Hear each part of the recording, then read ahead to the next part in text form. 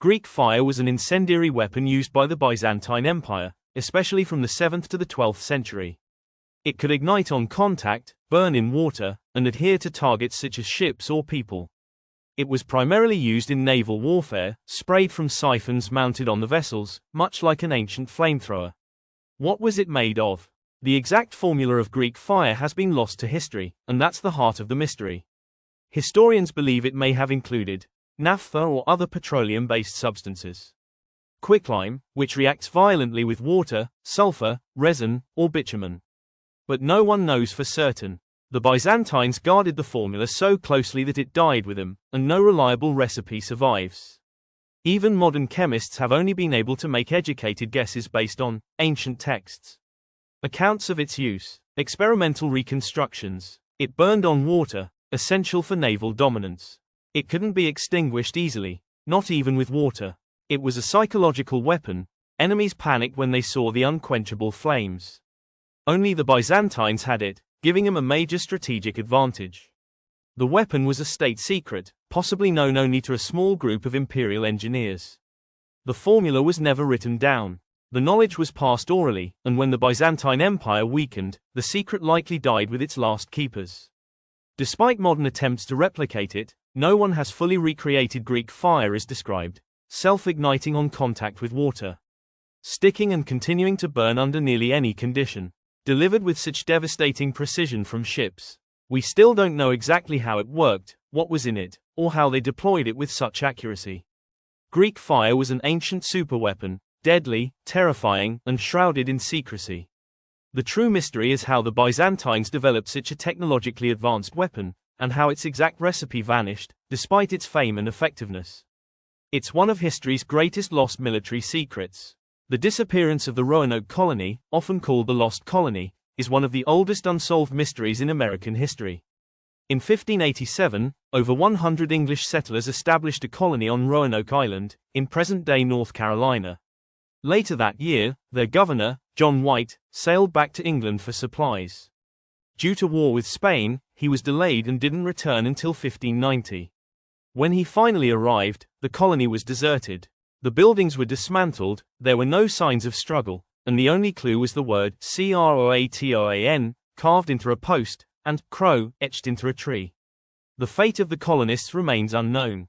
Theories range from assimilation with local native tribes, to death by disease, starvation, or conflict, but no conclusive evidence has ever been found. The mystery of Roanoke remains a haunting chapter in early American history. The mystery of Alexander the Great's burial lies in the unknown location of his tomb, despite his immense historical significance. After Alexander died in 323 BCE in Babylon, his body was reportedly embalmed and placed in a golden sarcophagus. His funeral procession was headed to Macedonia, but was hijacked by Ptolemy, one of his generals, who took the body to Egypt. It was eventually buried in Alexandria, where it became a site of great reverence. Over the centuries, however, the exact location of his tomb was lost. Ancient writers claimed it was visited by Roman emperors, but by the Middle Ages, its whereabouts were unknown. Despite numerous excavations and theories, the tomb of Alexander the Great has never been found, making it one of history's most enduring archaeological mysteries. The Princes in the Tower refers to the mysterious disappearance and presumed deaths of Edward V of England, aged 12, and his younger brother Richard, Duke of York, aged 9, in 1483.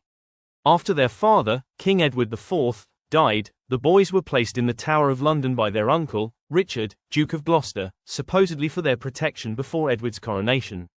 But the coronation never happened. Instead, Richard declared them illegitimate and became King Richard III. Soon after, the boys vanished. Many believed they were murdered, likely to eliminate threats to Richard's claim to the throne. However, no definitive proof has ever surfaced, and the true fate of the princes remains unknown. In 1674, 2 small skeletons were found buried in the tower, but it has never been confirmed they belonged to the princes.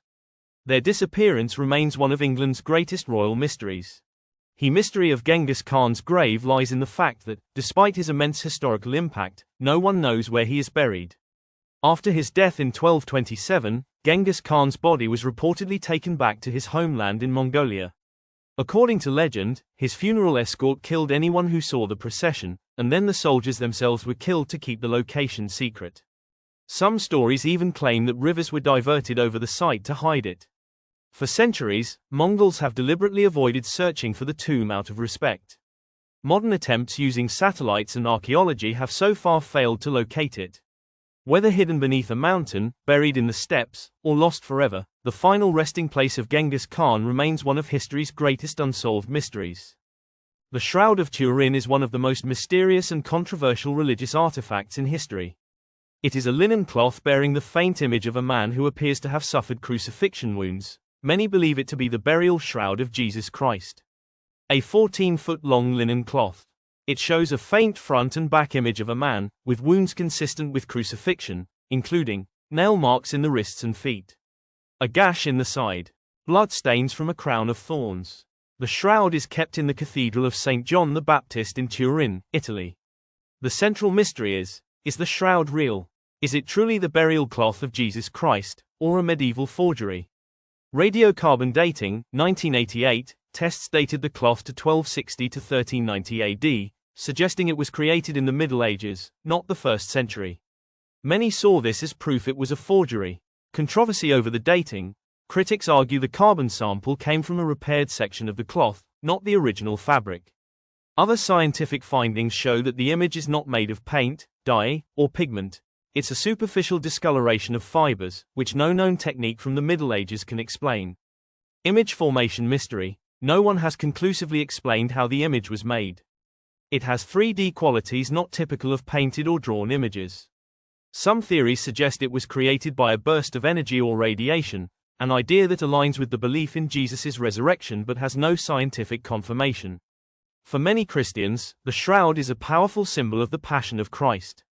The Catholic Church has not officially declared it authentic, but it allows veneration of the shroud as an object of faith. Key theories. Genuine burial cloth of Jesus. Medieval artistic relic or forgery. Relic of another crucified man. Accidental formation due to unknown chemical or environmental processes. Current status. The shroud is rarely displayed but has been studied extensively. Debate continues among scientists, historians, theologians, and skeptics. Despite all tests and theories, no one has been able to fully replicate the image, nor explain it with certainty. Why it remains a mystery. Conflicting evidence from science and history. Unexplained image formation. Religious and emotional significance adds layers of bias and belief. Lack of definitive proof, either for authenticity or forgery. Summary. The Shroud of Turin remains a profound historical and spiritual mystery. Is it a sacred relic of Christ's resurrection, or a brilliant medieval hoax? Despite decades of study, the truth remains elusive, making it one of the most enduring enigmas in religious and scientific history.